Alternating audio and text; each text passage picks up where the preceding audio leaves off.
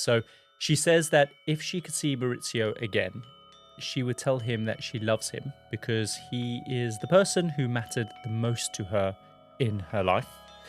When she was asked what she thinks that he would say in reply, she says, I think he would say the feeling wasn't mutual, darling.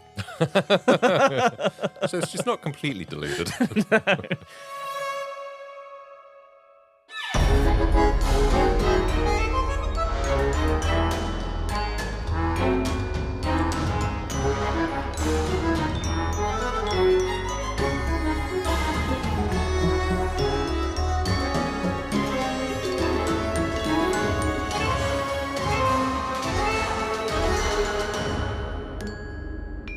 Welcome to The Compendium, an assembly of fascinating things, a weekly variety podcast that gives you just enough information to stand your ground at any social gathering.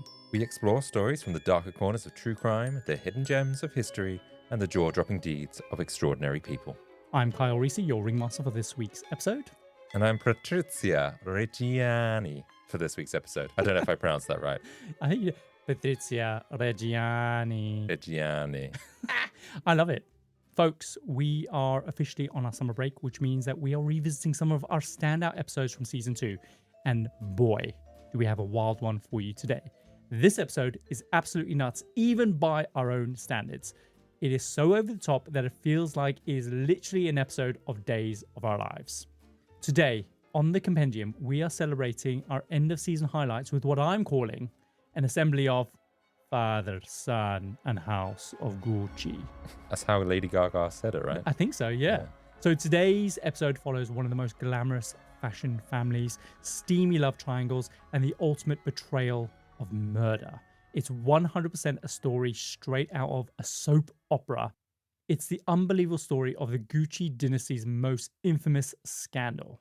So Adam, what do you remember about this episode? Well, I don't know if it was this episode, but I remember, wasn't like leather really hard to come by or something? So they did bamboo handles. That's it. A bunch of things were really difficult to get hold of because this was during kind of the war, I believe, or the lead up to the war. So there was an embargo on various goods being transported into Italy. So Guccio Gucci, he just had to improvise and started experimenting with different materials. And that's how the famous bamboo handles came about. And he's the guy that started the empire, right? Yeah, that's him. We went to the expedition in London, didn't we? Yes. Where we saw the luggage, the cases. And he also worked in the Savoy. Well, there might be a question. Oh, okay. I'm just telling you what I remember. That's all you remember, one of the questions. Oh, and there's some murder. But yeah, we'll get to that. It was such a brilliant episode. I can't believe you can't remember this. I just said all the things I remembered. You will remember when you listen to this, and that's your homework for next week. This episode originally aired back in 2024 and is by far a huge fan favorite, mostly because of my very weird Italian accent that I insisted on putting on throughout the entire episode. Oh, you're just making it about yourself. Most of the comments are about my accent and how insulting I was. But it's not insulting because I'm like 38% Italian. Yeah, you're clinging on to that. But that's true. I'm not clinging on to it. It's fact. It's not going to change. Right, are you ready to test your memory about this episode? Yes. With a quick fix of Who Wants to Be a Certified Freak?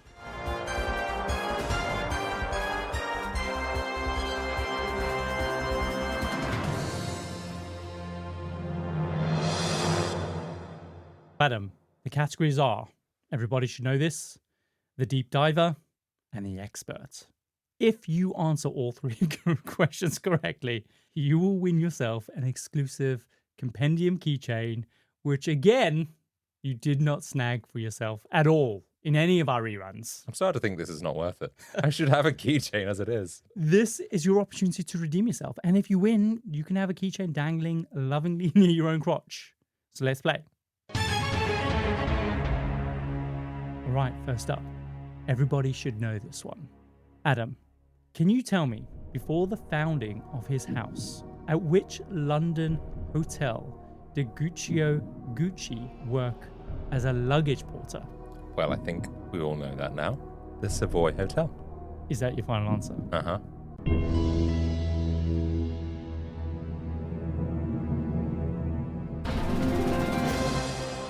Nailed it. Correct. That's right.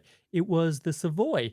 And in the early years, he spent his days ferrying pretty much guests' luggage to their suites. And remember, we went into the little elevator they created to create that kind of experience of what it was like to ride up in one of the, I think it was like one of the first elevators in London at the time. I think so, yeah. And yeah, that's where he got the inspiration for what rich people were looking for in sort of luggage, basically. Yeah. Great. Adam, so question 2. If you get this one correct, you will be the deep diver. I'll get 2. Can you tell me which memorable slogan did Gucci coin to emphasize craftsmanship over cost? What I can think of is John Lewis. Never knowingly undersold. Yeah. So Gucci was, I don't know. It's something about price, I'm sure, or quality. Really like stab in the dark. I don't know the exact phrase. I'm going to have to pass. I'm going to need a final answer from you. Gucci.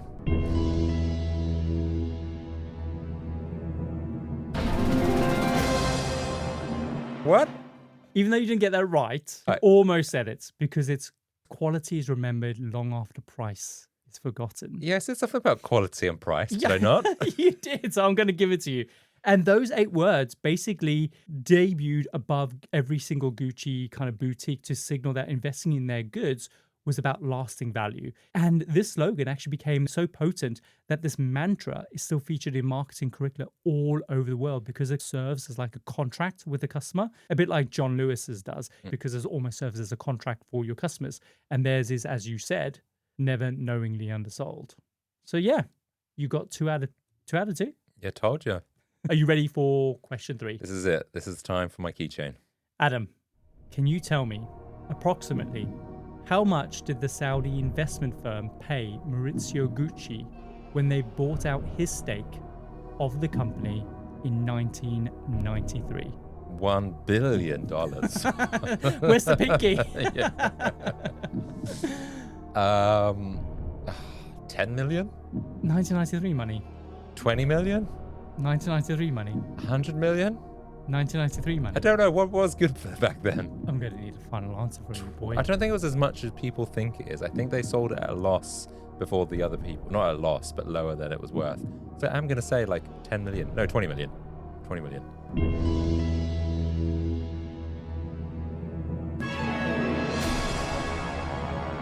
No. $170 million. I thought they did sell. It wasn't doing as well when the new people bought it. I think you'll have to listen to the episode to find out exactly. Because you can't remember either. I do remember, actually. Fuck you. But yeah, you're right. It's $170 million. And their payout pretty much marked the end of Gucci as a family-run house and ushered in this new corporate era under the Saudis, clearing kind of the way for kind of Tom Ford's kind of creative revival of the brand. But solid work, I guess. What, that's 2 out of 3 again? Again, I'm People are going to start consistent. calling you 2 out of 3 Adam. Put that on a t-shirt. Adam, no keychain this week, but thank you for playing.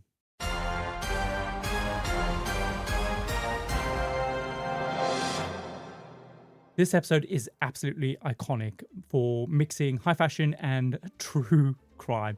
It has luxury, it's got scandal, it's got shocking true crime all rolled into one. It is literally one of our most popular episodes that we've ever done. So buckle up, because you're about to step back into the House of Gucci, a tale of glamour, greed, and murder. Enjoy.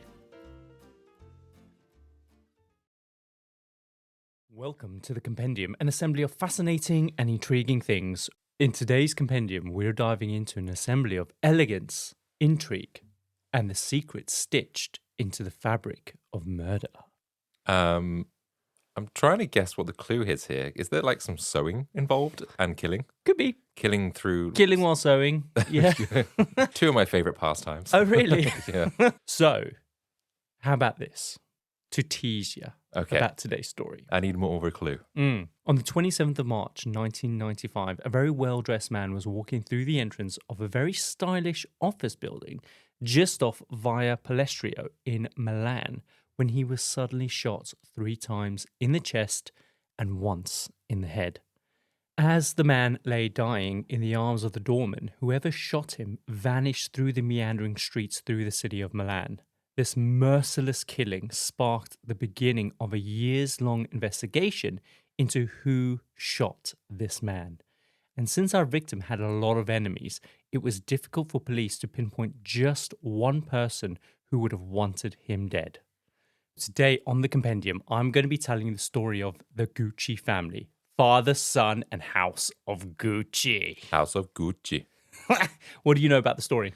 To be honest, I don't think I know that much. I'm aware of the film that came out with Lady Gaga. And Adam Driver. Yes. Yeah. Not so long ago. And I know that there was some sort of like fight over who would take over. Am I right in thinking that from Gucci once he had died? That's right, yeah. So Guccio Gucci. So it was very succession-y. I think that's the thing. I know the sort of legacy and what comes after, but I don't actually know what happened to him and how that happened. So I'm intrigued. So now for a second, I just want you to imagine a tale that is so steeped in ambition, betrayal, and opulence. It seems like it can only be a story that is ripped from an episode of Dynasty or Dallas. This isn't an EastEnders grade drama, Adam, because there's no get out of my pub. There's no I'm not your mother. Yes, I am. This is a story about the saga of Maurizio Gucci and his wife Patrizia Reggiani and their quest for dominance over the Gucci empire, which sparked heavy speculation over whether Maurizio's untimely murder was in fact something that he had coming. Ooh. So I was really inspired to tell the story after we actually visited the Gucci Cosmo expedition in London at the 180 studios that showcased the brand's 102-year rise to the top. And I didn't realize this at the time, but Guccio Gucci, who of course was the founder of Gucci, and of course the grandfather of Maurizio, actually started out as a luggage porter working at the Savoy Hotel in London. Yeah, that's right. So when you go into the expedition, the first thing that you see is you go into like a lift and the sort of lobby area of... Yeah, and that was like a kind of a replica of the lift that was in the original hotel at the time. And like he would carry guests' luggage up to their room. And it was from there that he was inspired to make his own line of luxury, handcrafted luggage. And just, oh my God, that exhibition was just so awesome, wasn't it? It was, yeah. When you arrive, like you said, obviously you step into this 1930 style Art Deco elevator, which would have obviously been a nod to the original one at the Savoy Hotel that Guccio Gucci would have loaded guests' luggage into on the way up to the rooms. And then you are kind of like led into this maze of corridors and rooms filled with all their iconic archival items. And all of their stuff is displayed on these mechanical cabinets and turntables that open and close and then reveal a piece of their kind of like their archival kind of outfits or shoes and things like that. So it was really incredible. It's like what I describe as really fancy Lazy Susans. Just like very rotating. fancy, very expensive Lazy Susans with Gucci luggage and Gucci loafers and scarves, kind of like just working their way around the room. And the thing is though, like when you're in there, it really does feel like you are transported into a world of kind of soap opera opulence. Everything was just really dramatic with the lights and the music and the corridors and the beautiful kind of handbags and luggage and stuff. At one point, I was expecting Joan Collins to just jump out and then slap me in the face. But of course, the bitch never did. But the thing is, though, that this wasn't just a fantasy that they created during this expedition, because after researching today's story, this is actually what their lives were like. They were constantly just surrounded by these beautiful things, celebrities like the Kennedys, and the entire exhibition is just way more impressive when you realize that they've managed to capture what it was like to be part of the Gucci family and the Gucci empire. It was like a soap opera. So like even the House of Gucci movie like was heavily criticized for being too dramatic and too over the top. But genuinely, after visiting that expedition, that's what it was really like. So I have a newfound appreciation for what they managed to capture in the House of Gucci with Adam Driver and Lady Gaga. I really should watch that movie. Maybe I will after Have this. you not seen it? No, I haven't seen it. I thought we watched it together. No. Oh, Adam, it is so good. We're going to watch it tonight. Sure. So today I'm going to be giving you the compendium on how the Gucci brand rose to its iconic status that we know today, the decades of familial conflict that resulted in the Gucci family losing the company to a bunch of Saudis, and the shocking downfall of Maurizio Gucci, culminating in his untimely murder, essentially.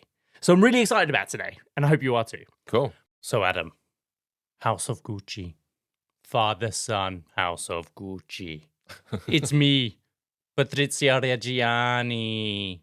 Will you be doing the accent throughout I the will whole? be. I'm going to try if I can. I just love God. this story so much. So, in 1921, Guccio Gucci opens his first artisanal luggage atelier in Florence, and his vision was to combine exceptional Tuscan materials and craftsmanship with the elegant English aesthetic that he had observed during his time working as a luggage porter at the famous Savoy Hotel in London. It was a family affair. The entire family worked alongside an employee base of very skilled artisans to craft these gorgeous leather luggage pieces. And in a very relatively short amount of time, Gucci was already well known for its quality. However, following Italy's invasion of Ethiopia by Benito Mussolini, you know who that is, right? That's the big dictator of the time that was around at the same time as Hitler and Yeah. load of shenanigans going on. This all happened in 1935. And as a result, the League of Nations decided to impose a trade embargo on Italy. And this actually meant that it was almost impossible for people in the country to gain access to materials like oil, rubber, tin, and leather. And so as a result, if Guccio was going to survive, then he needed to get creative. And so he started experimenting with alternative materials and fabrics like hemp and wood. Mm-hmm. And this ultimately gives rise to Gucci's iconic wooden kind of bamboo cane handle. So when we were at that expedition, you would have noticed some of the materials that were used. There was lots of like kind of canvas, hemp with the designs imposed on them with the bamboo handles. Well, they were one of the first people in the world to start incorporating those types of materials into their luggage, and hence why it's become so iconic. So that was all because they had this Trade embargo on there. I guess it's creative to be able to do that. Now that's now considered luxury. It's considered luxury and it's considered iconic because there's nothing else like it, right? And when you see the hemp bags and that Gucci embossed kind of pattern on it, the diamond pattern, as well as the handles, it's so iconically Gucci, you know what I mean? Yeah. So at the time, they also perfected a technique for tanning the Gucci logo into the hemp bags as well, rather than just having like a metal motif on it. It was actually became part of the fabric, and they were one of the first people to actually do that. As well as that, they also developed their famous signature rhombi motif pattern. That's the kind of the little triangles that you see with the Gucci kind of logo on it. And this was hugely successful because where other leather merchants were failing or going out of business, Gucci managed to reimagine the concepts of what a high quality luggage item was and its construction. And this reimagining made Gucci stand out against the sea of other kind of luggage items that were currently available on the market. That just was part of their major success. So Guccio Gucci, he has 3 sons. He has Aldo, Vasco, and Rodolfo. Great names. I know, right? Alvin, Simon, Theodore, but Italian. Hang on, is that the Chipmunks? Yeah. Okay, well remembered. So they were all being groomed to succeed Guccio and run the company after he died. In particular, Gucci's eldest son, Aldo, was being pegged to be the head of the family business. And for good reason too, because he was super passionate and also he was progressive in how he wanted to run the business as well. And he understood that for a business to succeed, they needed to evolve and move into other products, especially if they didn't want another situation like what happened during the embargo in 1935 to happen again. So they had to keep reinventing and reimagining and being creative with their products. And also, Aldo convinces his father that they should branch out into personal handbags and other goods like shoes, fragrances, and accessories, because up until this point, it was just luggage, essentially, not like handbags and things like that. Aldo, he also did something really smart. So, as you know, Gucci isn't cheap. And everyone knows this. And Gucci knew it as well, but they wanted to justify why it wasn't cheap. So they come up with a brand new slogan that was primarily there to underscore the company's commitment to quality over cost. But what it ended up doing was so much more than that, because this slogan, even to this day, has ended up being analyzed extensively for its cleverness and its effectiveness within marketing courses and marketing degrees all over the world. I'm intrigued. What is it?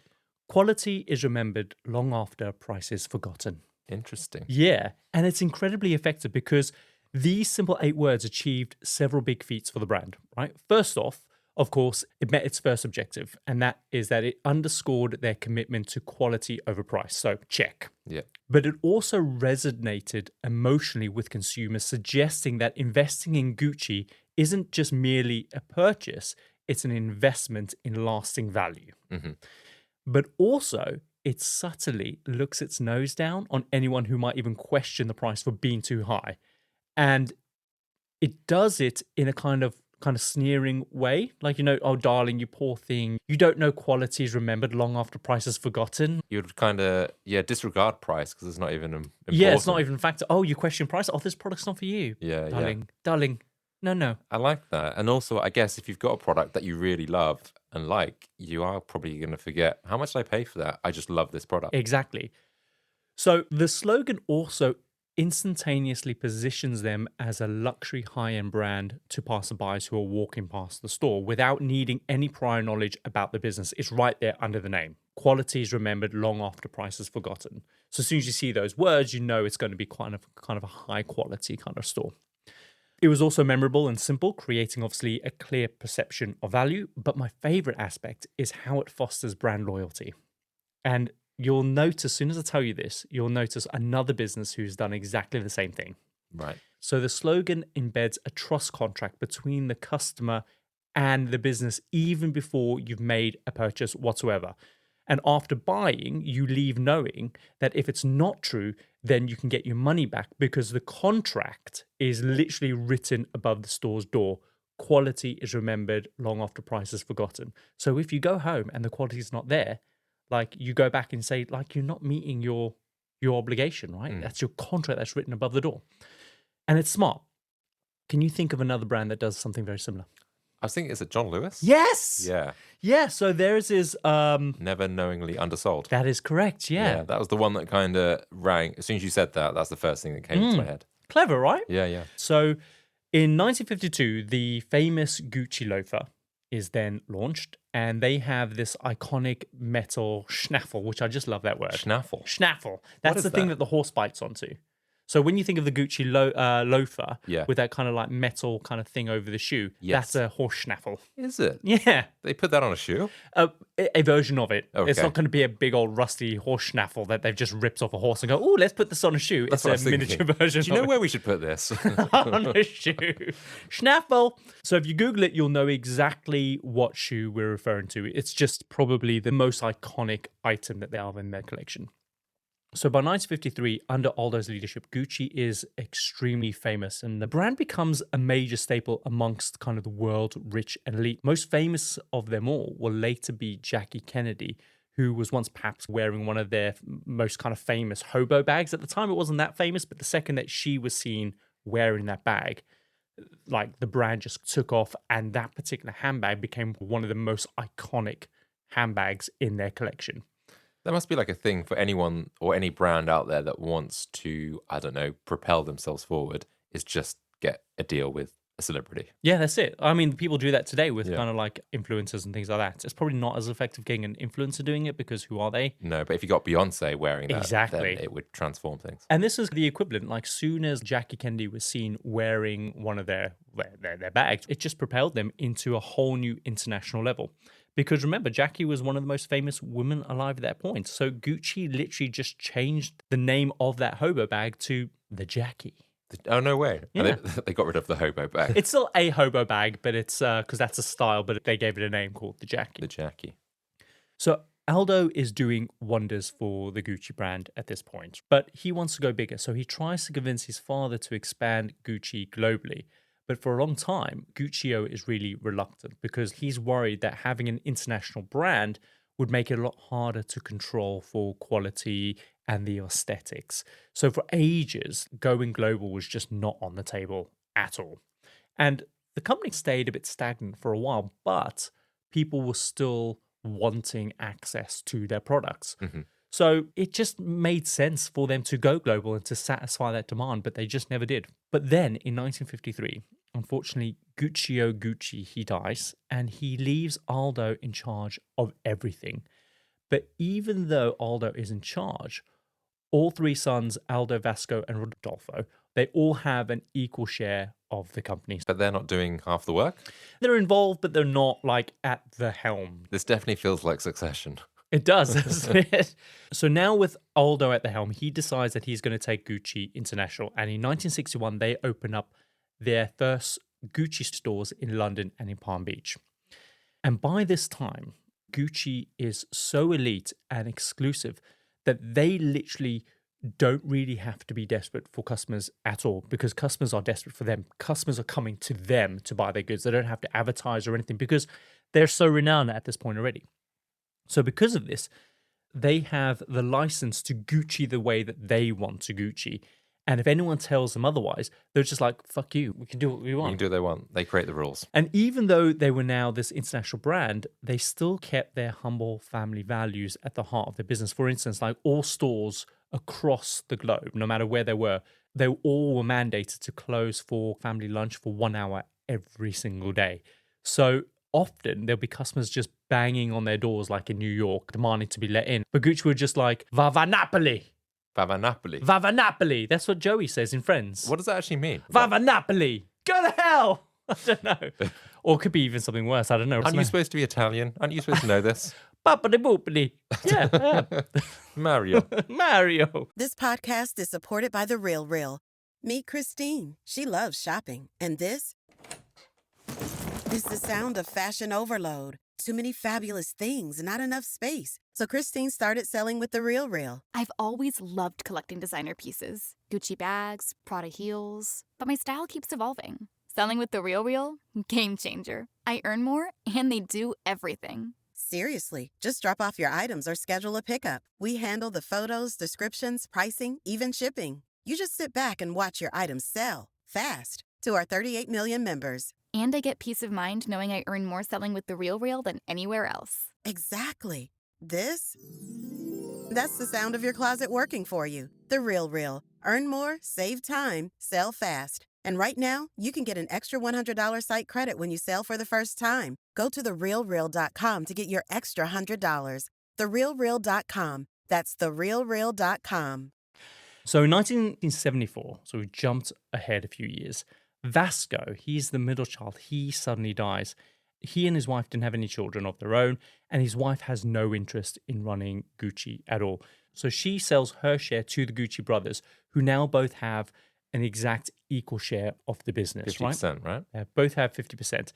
And the fact that Vasco dies without any children leaves Aldo and Rodolfo questioning the fate of the business after they die. Right, okay. And this is where fractures in the business really start to materialize. Aldo is obviously the one who's running the business, and he has, of course, the most experience. So it would make sense for control to stay in his lineage when he dies. But Aldo has 3 children in the line of succession, and Rodolfo, the one who's not at the helm, only has 1 child. Right. So this means that when Aldo dies, his 50% stake is going to be split amongst 3 people. Yet when Rodolfo dies, his entire stake will pass to his only child. Okay, and then he potentially gets the overwhelming majority. Exactly. Gucci is going to experience this huge shift in control from Aldo, who is driving all the company's success, to his brother's line, who is essentially just there for the ride and barely doing any of the work. So Right. Can you imagine how you must feel? Yeah. Knowing that, oh, my share is going to be split between my 3 kids, but then my brother, who is just not motivated, is all of a sudden going to pass on 50% of his company to his only son. Yeah, and then also, who's going to be best at running that company after then? Is it going Exactly. to be this one son or the 3 kids? Or... Patrizia Reggiani. Ah. Nah. Is she the daughter of one of Nagi. them? No, you're going to find out. Okay. Yeah. So even though Aldo and Rodolfo are like a long way off dying, the kids are already well aware of this situation, right? So ever since the cousins were young enough to understand, they completely resent Rodolfo's son, who is Maurizio Gucci. They understand that he's one day going to have a 50% stake of the business, while the other three, whose father's been running the business, they're going to have to share 50% stake. So there's resent there for him already. And I feel really bad for him because he's hated just for being born and not having any siblings, which is a bit shit, really. His very existence is a threat because one day he is going to own more of the company than his actual cousins do. So I feel bad for him. On top of this, Maurizio's childhood is also very sad as well. So he was born in 1948, and when he was just 5 years old, his mother dies, and his father, Rodolfo, becomes incredibly overprotective of him, and he's never allowed to leave the house. And when he does, it's pretty much to school and then back again.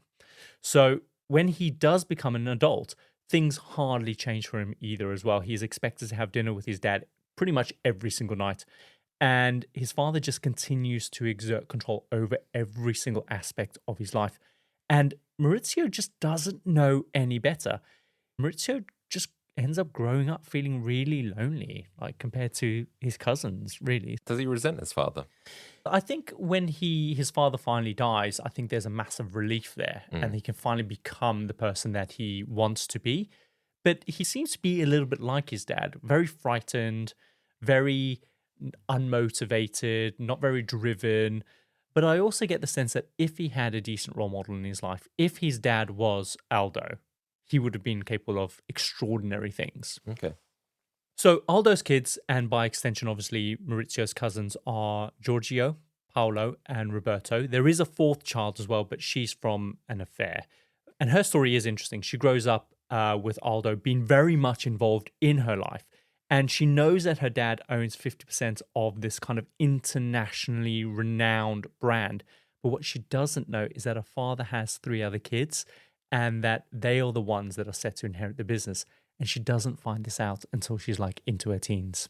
Really? Yeah. So her dad is heavily involved. He's always around. He lives with her mum. They're not married, but she doesn't know that he's got these 3 other kids. Shit, that is bizarre. It is really bizarre. And then the fact that she thinks that she's going to get this company and she doesn't. Does she get any of it? She is involved in the business. And this isn't a story about her, but her story is very interesting. So I will leave some links to her story in the show notes so you can go read about it. But yeah, she does get involved in the business, but she doesn't inherit a stake in the business. So anyway, because of Maurizio's upbringing, he ends up growing up into this very timid young man who basically lives to do whatever his father says. He doesn't really have any gumption or determination. And it's worrying for many because he doesn't seem like someone who you would expect to run or have a majority share of a brand like Gucci, essentially. That is until November 1970, when he meets Patrizia Reggiani, who, if you've watched The House of Gucci, is played by Lady Gaga, Father, Son, House of Gucci. Is this how she speaks? This is how she speaks. It's a really bad accent. You're not quite sure if it's Russian or Italian or Spanish. It's just very bizarre. But I applaud her for it because she's like just iconic in it. Is it? But she's probably based on her. So is that how Patrizia used to speak? She speaks with an Italian accent, and Lady Gaga is a legend and an icon, but she's not very great with the accent. So really, I thought she would be good at that. I don't know why. I thought she was just fine. She was just fine. She's fine. I don't know. So they meet at a party, and for a number of years, they'd been socializing in the same circles. And even though they knew the same people, they were extremely different. So Maurizio was, of course, tall, dark, and he was awkward, while Patrizia was hugely infectious with a ton of gravitas. And she's described as having these huge purple eyes, which she's kind of purple. Yeah, like because she wears like this blue eyeliner. She's got these big eyes. So she hasn't been beaten up. No, she hasn't been beaten up. So people liken her to like Elizabeth Taylor. Right. But despite their differences, of course, they start dating and they fall in love. And Maurizio's father absolutely disapproves of their relationship. He just doesn't think that Patrizia comes from a good enough family to be dating Maurizio or dating a Gucci. He thinks that she's just a social climber or a gold digger. And the thing is, though, Patrizia initially grew up like seriously dirt poor. She was the only child of a humble waitress. But when she's 12 years old, her mother does meet a millionaire trucker magnate who comes into the restaurant one night. And eventually they marry, and from there, their entire life is just completely transformed. She starts going to private school, she starts attending all these big elite kind of social events, and they start moving amongst kind of upper society. But even though they're no longer poor, people still look their nose down at them because they were considered new money. Right, They're still okay. trashy, and they've just come into their money. It's not like old family money. I guess like some of the celebrities now that we see on TV, what do you even do? Yeah, exactly. So I could imagine someone like Meghan Markle would have been seen in the same light because she's just an actress who's become successful on her own, but she comes from quite a poor, humble family, and now she's moving within the royal circles, right before obviously all the bullshit happened. I see. It's lucky that the waitress found a millionaire. Yeah, like he's a trucker magnet, so he's obviously doing kind of logistics and shipping and things like that. But of course, even though like people are looking their nose down at her for being new money, Maurizio just doesn't care. He's deeply in love with her at this point. So to him, she brought excitement and adventure in a world where he was just kind of this awkward, kind of compliant kid. So she really brings him out of his shell in a way. Patrizia was able to create this buffer for him to relax in when they were in these social situations, which he loved to be in. He just didn't know how to conduct himself in it. So like a bit like me, like I always lean on you to be that social buffer when we're in these awkward social situations where I know that I can rely on you to just keep the conversation going. So there's no like awkward silences. Do you? You do that? When I'm feeling awkward, sometimes I don't know what to say. You always just jump in. See, like you're my Patrizia. Thanks, I guess. So she fills that mother type void that his father was never able to kind of offer him growing up. Like, do your homework, clean your room, stop using my makeup, you're grounded. Like, he just loves it. You know? Like all the things you say to me. I don't think I've ever said stop using my makeup. Well, it's because I never use your makeup. Not the right color. Right. So yeah, like she offered Maurizio a lot. She brought this loud, decisive, confident personality along with obviously her beauty. And for Patrizia, he brought status, money, and legacy. All the exact things that, of course, Patrizia really, really liked. So they complemented each other quite well. Yeah, she was a little bit of a gold digger, right? A status climber. Well, you know, if she's earning her keep a little bit. Yeah, I'm not dogging on her for it. I mean, yeah, do what you got to do. Girl got to work, right? The thing that underscores their entire relationship is that almost immediately, Patrizia is really influential over Maurizio. She knows how to control him. She knows how to influence his decision making. She knows how to kind of get him to do what she wants. And to give you a sense of how Patrizia saw Maurizio, she was quoted as saying, Maurizio is like a chair that molds to the shape of whatever person is sitting in it. Is that a good accent? It's an accent. Should I be embarrassed to be half Italian? I think if people in Italy are listening, they're going nuts. They're throwing their meatballs out the window. That's racist. So, of course, completely against Rodolfo's wishes, they get married. And like in a classic soap opera style move, Rodolfo tries to get the cardinal conducting the marriage to stop the wedding from happening. Of course, it doesn't work. So Rodolfo is just so disgusted that his son has ended up marrying this tramp that he completely disinherits Maurizio and cuts him off financially. Really? Yeah. Wow, so he's not going to inherit anything now? Nope. Well, I mean, so Maurizio ends up having to go to work for Patrizio's father at the trucking business. And Patrizio's like, oh no, this won't do. Like, I married you because of your inheritance, you know?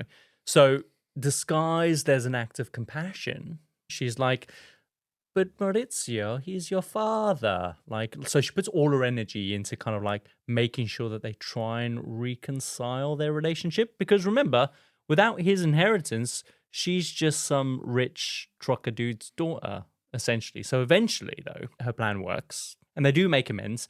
And the couple end up then having their first child a year later after they kind of reconcile. So he's back on the inheritance books. Right, okay. They've got their first kid. That's all good. sorted. Yeah. So Rodolfo brings Maurizio back into the Gucci company, and with Patrizia's encouragement, or what some might say, her pushing him, he starts to speak up a bit more confidently about how Gucci should be run. And as a businessman, he ends up really flourishing for the first time, and it's all because of her encouragement. Like her coaching and like, yeah, that's interesting. So, yeah, okay, she's thinking about herself a little bit. Well, probably a lot. But at the end of the day, she's helping him for sure. push forward. Because the thing is, though, she can't get the inheritance unless he... Yeah, well, that's one way. He does Otherwise, well, right? It's a divorce, right? And also their lifestyle just takes a massive leap towards opulence. Before, he was just a really rich kid without much personality in how he chose to be rich. He lived in a huge house, sure, but it wasn't adorned with like gold railings and custom-made moldings. And yeah, sure, he drove a nice car, but it wasn't a souped-up Ferrari with like a custom rear spoiler. Kind of outwardly, he was just like a basic rich kid. Basic bitch rich kid, right? Very vanilla. Very vanilla. But with Patrizia in the picture, she knew that it was all about optics. It was all about looking rich, both outwardly and ostentatiously. So like I picture Patrizia as the type of girl that you see at the Sugar Hut on a Saturday night. Like she would dress how she thinks rich people would dress. It's like the equivalent of wearing like a Louis Vuitton motifed outfit with big, huge Chanel earrings and dressing how you think rich people dress, right? Yeah, so that's Patrizia. I always think there's people at the airport that are in those designer sweatpants. Yeah, You're like, really? That's it. Who are you doing this for? And they make a point of holding a Chanel shopping bag. And they're not even in business class. No, they're not. Like, they're who are you just sitting fooling? in economy. You're That's in it. coach. That's it. It's like when we were traveling to Australia and we got to Abu Dhabi airport and we were getting our connecting flight. And we saw all those people that were obviously going to Abu Dhabi to get plastic surgery done. And we saw that woman that just had a facelift. And she was dressed like in one of those brown Louis Vuitton tracksuits with her Louis Vuitton bags and everything. And on the plane, she was just like she was sitting in coach, Yeah. essentially. And also, I remember seeing that girl who was like rocking on the floor in pain. Yeah. So when we were at this airport, it must have been kind of some tourist thing where people go to get plastic surgery done because on that flight, there were loads of people that had hair transplants. They were on their way home and they were still recovering. And that one girl, who just had a nose job done. And she was in so much pain. Yeah, she had her like pills in front of her and everything. And she was like... I can't imagine like having that done and then going on a 13-hour flight afterwards. Yeah. And the thing is, though, when you go up in the air at 38,000 feet, you swell up. Yeah. And they're already swollen. So God knows what they look like when they land. To be honest, I forgot to check. Next time. God. But yeah, so that's how I imagine Patrizia Reggiani. But is the dad liking her anymore at this point? Obviously, he's rekindled the relationship. Well, I don't think he really has a choice. I think he still believes that she's a bit of a gold digger, but there's not much he can do. They're married now, right? So and especially if they've got a kid as well. Exactly. So they moved to New York to run, obviously, Gucci US, and they live in the Olympic Tower on Fifth Avenue. And this is a huge duplex penthouse, which is spanned across the entire 50th and 51st floor of the building. So they've got two full stories completely to themselves. It's huge. They become huge players on the social scene where they are friends with Jackie Kennedy Onassis. They spend their days just partying on yachts and buying a bunch of holiday homes all around the world. And what I just love about their story at this period of their lives is that they have a private limousine that they are chauffeured around in, and the license plate reads Maurizio, which is basically a portmanteau for their names, Maurizio and Patrizia. So essentially, they are the original Brangelina. Really? Yeah, that's pretty much one of the first instances where we see that. I guess. And also it makes sense. They probably couldn't fit either of their names like completely on this license plate. I get the sense if Patrizia had the say, she would just have her own name on there. Patrizia Reggiani. And it would even be elongated with that, like 9 A's. You need like 3 license plates. Yeah, that's it. She doesn't care. So people would often like comment on how symbolic that was because it really perfectly encapsulated their relationship as this kind of partnership. Like without each other, they wouldn't be this ambitious, successful power couple that they were. And kind of Patrizia brought confidence and Maurizio essentially just brought the means and the name and the power and the money. Maurizio was the instrument she knew how to play. Right, okay. Yeah. And I think like very early on as well, like Patrizia knew that Maurizio had to do a lot of work if they were going to make a success of the business after like he gets his inheritance, because Maurizio's dad Rodolfo wasn't the ambitious type, especially compared to his brother Aldo, as we already discussed. And as a result, Maurizio never got that drive instilled in him as a young kid that he needed. So she knew this, and she knew that she needed to mold him into the kind of businessman that he needed to be in order to run Gucci. Fine. But So took after that. So what was happening with the other three kids, the cousins at this point? So the cousins, they all knew that their dad would probably die or retire eventually. So in order to future-proof their stake in the company, they start setting up all these separate deals to use the Gucci's name for other things, right? And this is where the Gucci logo becomes recognizable amongst just ordinary people. They start licensing it for watches and belts and sunglasses and perfumes and things like that. And Patrizia and Maurizio, they hate this because Gucci is now affordable to the masses. And this results in counterfeit items starting to just saturate the market. So in the film, you see Patrizia going out in the street one day and she sees this guy on the street selling counterfeit items from China, and loads of them are just Gucci items. And she's just outraged because they've now cheapened the brand essentially by selling all these different kind of licenses to different companies, which has then made China see that there's a demand for these items, and then they just flooded it with counterfeit items. But surely that also must help them in some way, but I guess she perhaps doesn't see that. They don't see. This podcast is supported by The Real Real. Meet Christine. She loves shopping. And this is the sound of fashion overload. Too many fabulous things, not enough space. So Christine started selling with The Real Real. I've always loved collecting designer pieces. Gucci bags, Prada heels. But my style keeps evolving. Selling with The Real Real? Game changer. I earn more, and they do everything. Seriously, just drop off your items or schedule a pickup. We handle the photos, descriptions, pricing, even shipping. You just sit back and watch your items sell fast to our 38 million members. And I get peace of mind knowing I earn more selling with The Real Real than anywhere else. Exactly. That's the sound of your closet working for you. The Real Real. Earn more, save time, sell fast. And right now, you can get an extra $100 site credit when you sell for the first time. Go to therealreal.com to get your extra $100. Therealreal.com. That's therealreal.com. It that way, no. And so by like the 1980s, Gucci has gone from being this brand that is so exclusive and so out of reach to ordinary people, where they were making like literally bespoke handbags for like Jackie Kennedy, to being a staple of street vendors selling Gucci on like street corners. So it's completely cheapened it. So eventually Rodolfo, that's obviously Maurizio's dad, he dies in 1983.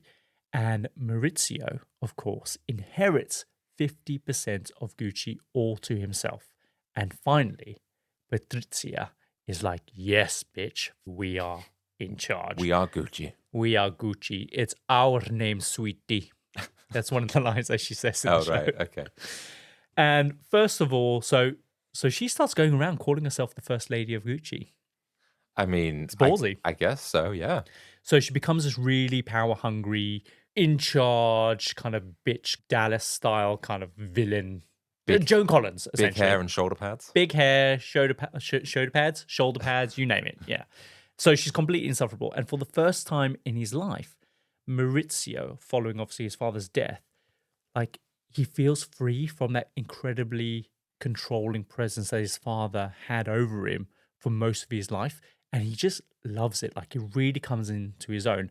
But it's at this moment as well that he realizes that his father's presence wasn't the only controlling factor hanging over him, because more and more, Patrizia was trying to call the shots. And now, for the very first time, he saw that for what it was. It's the power. Yeah, he feels like he's obviously being managed by his dad or whatever. And now, without him out of the way, he can see clearer. And he's like, oh, actually, the same thing's happening, but with my wife. Exactly that. So, one day, he says that he's going on a work trip. He says goodbye to Patrizia and their two daughters, and he just never comes back. He doesn't have the nerve to tell Patrizia that he's leaving, so he sends one of his friends to be like, oh, by the way, Maurizio is breaking up with you. So really? As yeah, casual bye. as that? Yeah. Just sends one of his mates. Wow. Yeah. I mean, he probably would still not be where he was today if it wasn't for Patrizia. Correct. But he doesn't see it that way, right? Yeah, fine. All right. So, of course, Patrizia is Pissed? furious. Yeah, of course. And she looks like she spent years molding Maurizio into the man that he needed to be to run his share of Gucci. And then he just goes ahead and dumps her. So, like, I get it. Yeah. I get it, man. I'd be furious. He starts making moves in the company all on his own, and it begins to materialize that he's not actually a great businessman at all. And now that he has dumped Patrizia, who was, of course, the brains behind the company, things just start falling to shit because the family just can't agree on anything, right? He's making really bad decisions that the cousins just can't get behind. So it was really down to Patrizia who was making a lot of the business decisions, or at least like steering him in the right direction. Apparently, yeah. And that's kind of how the film would also portray it as well. Behind every great man is an even better woman, right? Is that the saying? Something like that, yeah. Yeah, I don't know. So amongst the family is this weird, complicated game of 4D chess with moves just being flung all over the place, And a whole new level of resentment starts to settle in. The cousins are just desperate to build their own legacy by licensing the Gucci's name to all sorts of lower quality tacky products, which obviously their dad, Aldo, who technically still owns 50% of the business, just completely disapproves of. So he wants to put a complete stop to that as well. But they are like, but you're going to die soon, and we need to make sure that we can get a bit of money before our stake or our control in the business kind of diminishes. They need to prove their value a little bit. Yeah, they need to prove the value. But also, like Maurizio, he also disapproves of what the cousins are doing, trying to sell or license kind of the Gucci name. But because he has his own power struggle with Aldo, who, remember, still owns 50% of the business, Aldo is constantly overruling him based on, obviously, Maurizio's lack of experience and being new to the game and things like that. And that really pisses him off. So he decides that he needs to pick his battles. And he starts to plan behind the scenes what his next move is going to be to try and get a one-up over Aldo. Okay. Right? So he teams up against Aldo with his cousin Paolo. So this is Aldo's son, all right, in an attempt to drive a wedge amongst Aldo and his kids. And what they do is they snitch on Aldo for evading $7 million in tax. And this results in Aldo being sent to prison. And the poor guy is 81 years old. Well, I can't believe his son has gone along with this and going like... They've done this on the pretense that if he's out the way, then you are free to then continue to license the Gucci name on other things. And because they're so desperate to build a legacy for themselves and to carve out a bit of kind of revenue for themselves. So even though Maurizio is not happy with the licensing, he'd rather this happen to get Aldo out of the way. So I guess he can push forward more of his decision making. That's right. But the thing is, though, once Aldo's out the way, Maurizio then puts a stop to the cousins licensing the Gucci name to other businesses. So he's played this kind of 4D chess game. Yeah, and I'm surprised I didn't see that coming, to be honest. Yeah, no, idiots. Absolute idiots. Right. And the thing is, though, he's doing this all on his own because Patrizia is out of the picture at this point. So I can see now that Maurizio is making some enemies within his family.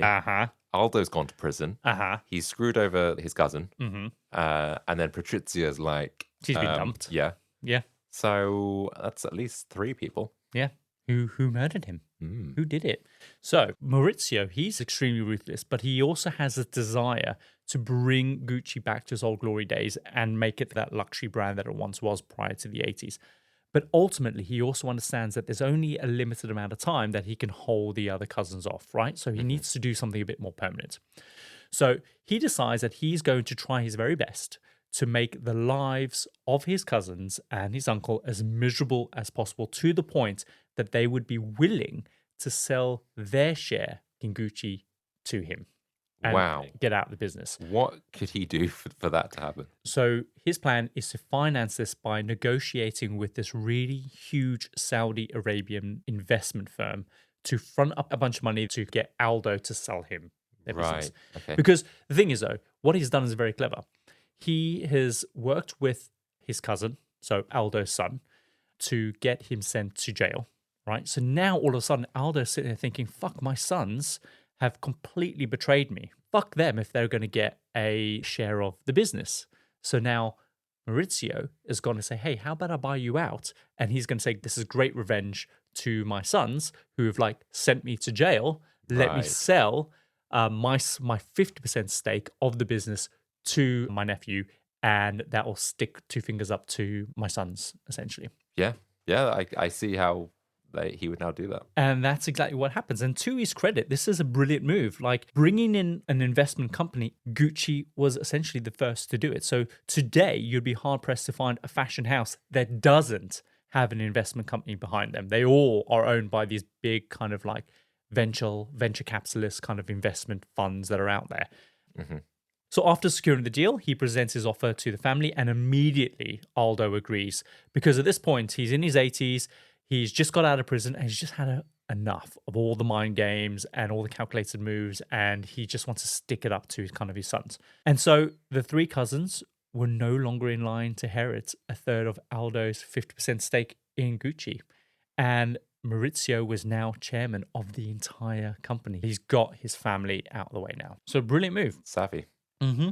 So he had completely ousted Patrizia, the brains obviously behind the entire operation, and he had now eliminated every remaining Gucci family member from the business. With all the family out, Maurizio makes sweeping changes to Gucci. Basically, he dissolves all of the Gucci licensing deals that the cousins had secured. He also then brings in Tom Ford to be the creative director of Gucci, and he starts working with him to bring Gucci back to what it was in his glory days. Right. Didn't know he was involved. Yeah. Tom Ford's first big gig was working for Gucci. So this is obviously director. Before he had his own brand and everything. Mm-hmm.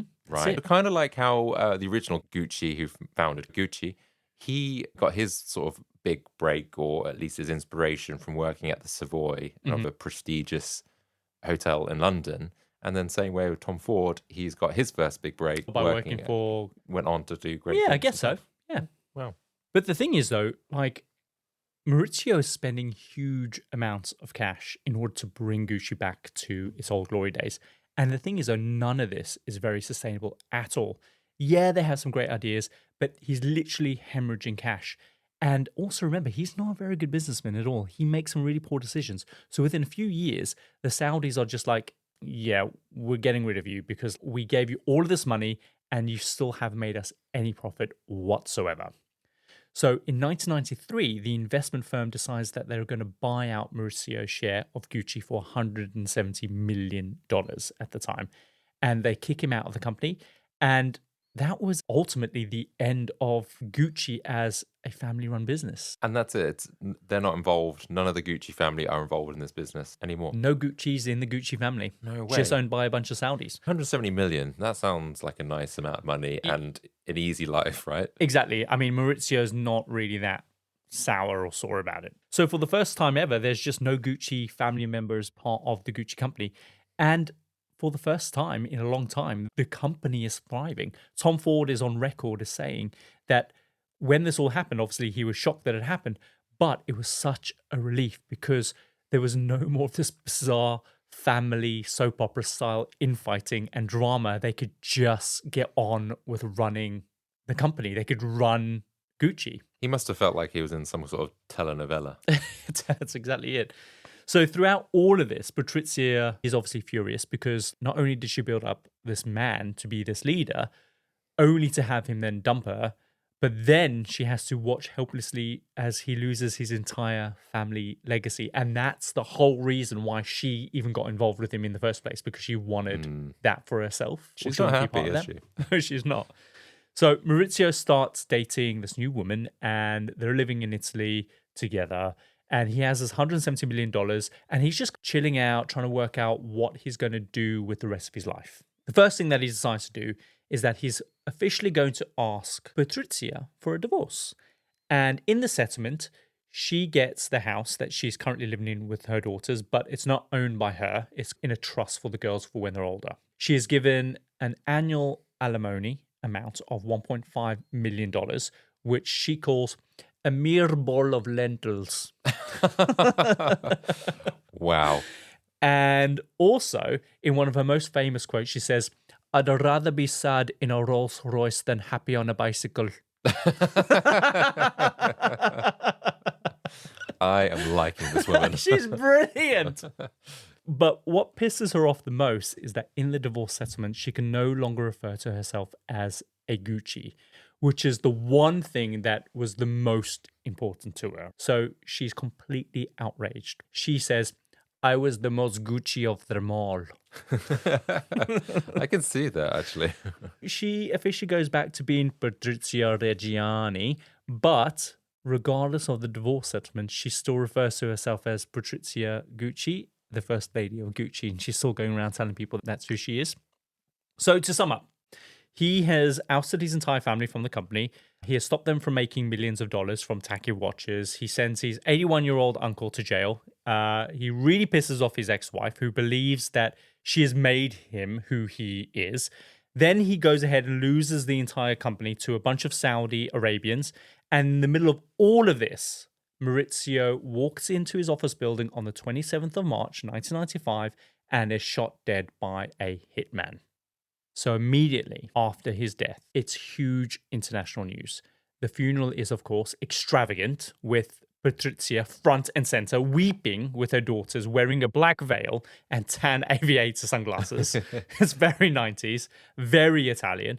And there's just a lot of speculation in the press over who could have hired a hitman to kill Maurizio.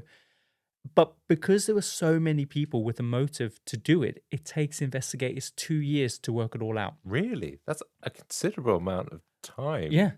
I guess through a They have hitman. almost no leads as well up until the end of those 2 years. Yeah, because I guess there's no like DNA left that's linking it to that. No. But I'm going to spoil it now for you. Okay. Because I'm just going to tell you right now. Patrizia did it. Oh, well, I kind of guessed. And she would have almost got away with it if it wasn't for some guy running his mouth in some bar. Those pesky kids. There's pesky hitman hanging out in bars. So everyone in the family immediately thinks, of course, it's Patrizia, that she did it, although they didn't have obviously any proof. And this is all based on the fact that she was super vocal about how pissed off she was, of course, following the divorce and losing obviously her rights to use the Gucci name. So this also wasn't helped by the fact that just 2 hours after Maurizio was shot dead, she sends an eviction notice to his girlfriend in the mansion that they were living in, where she then moves in with her daughters the very next day. Yeah, you think maybe you should wait, I don't know, a few days, a week, Yeah, maybe? what's an acceptable amount of time? I don't know. 2 days? A month? A Wait month? until he's in the ground, then like, that house you're in? Exactly. I'm going to want that back. Red flags, right? Red flags.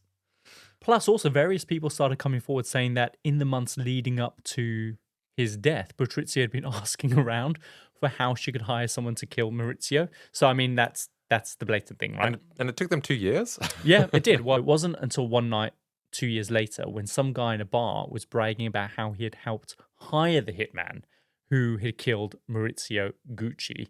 And the owner of the bar hears this, and then he calls police, and then from there, everything just unravels very, very, very quickly. It turns out that Patrizia asked her astrologer if she knew how to hire a hitman, and the astrologer was like, yeah, probably.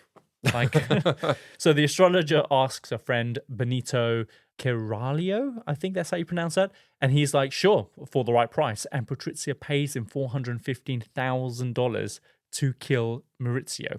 That's quite a lot of money. It's a huge amount of money. Yeah, because we were looking at the average hit a while back, and it was like 20K. Not to kill anyone, it was just for research Yeah. purposes. And that's asking her astrologer. That's so random. I know, right? That's like asking our barber, going, "Oh, hey, How can I kill someone? yeah, any ideas?" Yeah, I can't help you with that, but I can maybe give you a razor to slice someone's ear off. I can help you with that. I could do a cutthroat shave and slip. Yeah, oops, I've killed someone.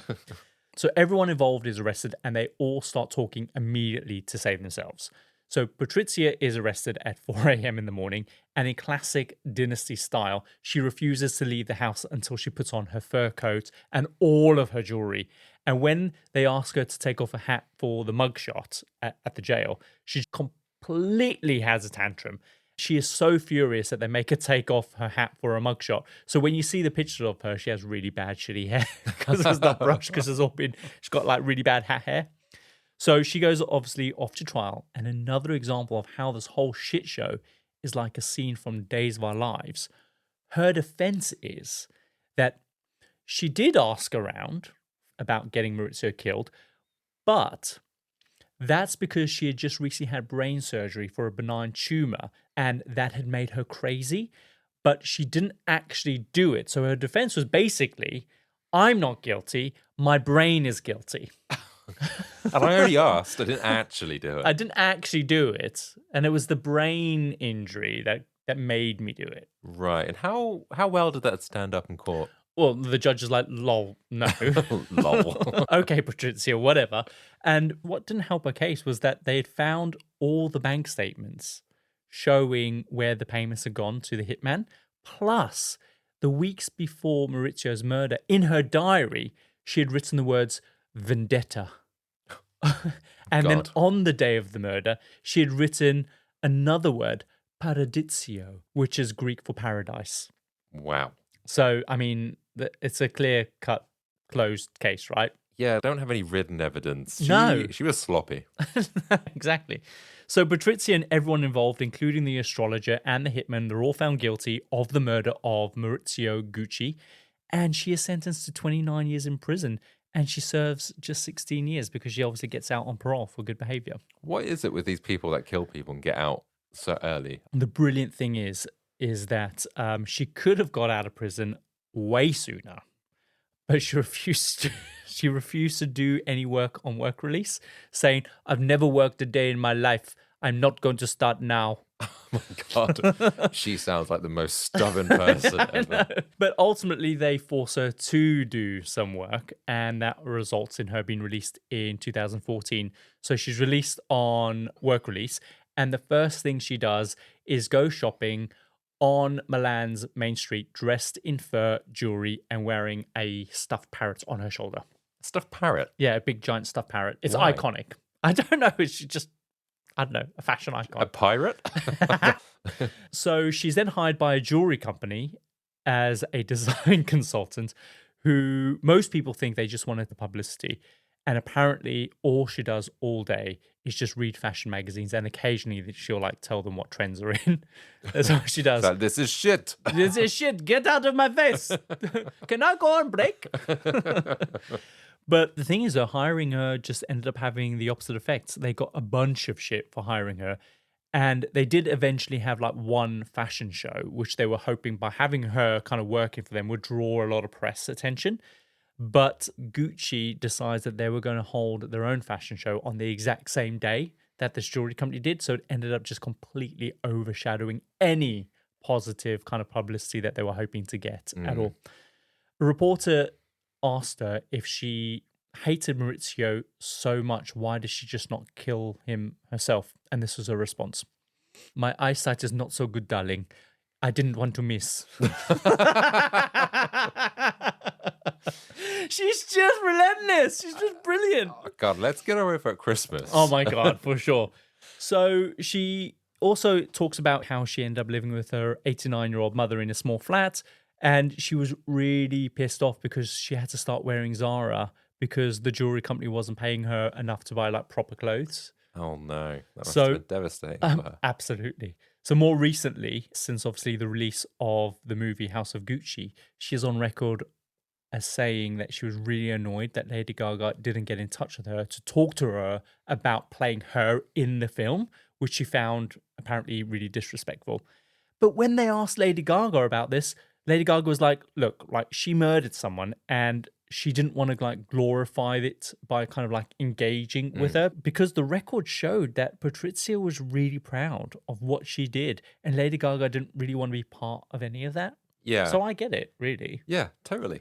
But then Lady Gaga later in an interview on the red carpet is asked, how do you feel about playing a role that glorifies murder? And she says, I don't want to glorify murder. I want to glorify female empowerment. It's like, oh God, that's not the right thing to say, Lady Gaga. Yeah, I don't know, but yeah, it's kind of contradictory. I understand you definitely don't want to speak to her, but at the same time, you are highlighting a story of a murderer. That's it. Yeah. As fascinating as it is. Exactly.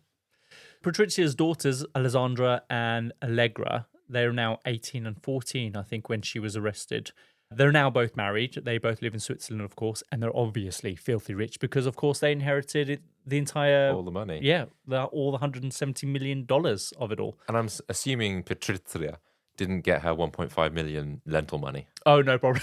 No, mere ball of lentils. No, probably not. It probably just got taken away from her, I guess. Well, obviously, she murdered someone. Yeah, and I wonder what her daughters think. Have they kept in touch? Well, according to Patrizia, she hardly sees her daughters at all. She says that they don't seem to understand her. I'm like, no shit, like you killed their father. Yeah. So she says that she has nothing to her name and she has never met her grandsons at all, which I'm like, fair, yeah. So I guess like she got what she deserved. I guess that's probably the worst thing that could happen to her based on what she prioritizes in her life. Money and everything. She has no money. She has no fame. She has nothing now. Mm-hmm. So this is the best sort of prison for her, I think. That's it. Yeah. Yeah. Probably hell for her, isn't it? So I'll leave you with this. So she says that if she could see Maurizio again, she would tell him that she loves him because he is the person who mattered the most to her in her life. When she was asked what she thinks that he would say in reply, she says, I think he would say the feeling wasn't mutual. So she's not completely deluded. No. And that is the story of the Gucci family. And Patrizia Reggiani. What do you think? It was good. I mean, I kind of sussed that she's probably got something to do with this. Yeah. But what a fascinating story and dramatic and theatrical. And yeah, what a woman. So now thinking back to the exhibition that we went to in London, the opulence in that exhibition, do you think that the story that I've told makes sense in terms of how the exhibition was arranged? Yeah, because in some instances it was quite over the top or really well done and just really high end. That definitely makes sense and keeping in tone. So they're carrying that vision forward for the brand. It was smart. Yeah. It was smart. I don't think it's running anymore, certainly in London. I think it ended in April, so essentially this month. But wherever it's showing, if it's moving around the UK, go and see it or just look it up online. It's really, really impressive. Yeah, for sure. So shall we run the outro? Let's do it. And so that's another episode of the Compendium Podcast in the bag. If you enjoyed today's episode, then be sure to hit that follow button right in the app that you are listening to us right now. It really helps us more than we can articulate. You can also schedule new episodes to download automatically, and if you haven't done so already, leave us a little review. Your feedback really helps us get better. Don't forget that we release every Tuesday, and until then, remember, in the world of high fashion, sometimes the most stylish accessories are secrets and scandals. See you next time. See ya.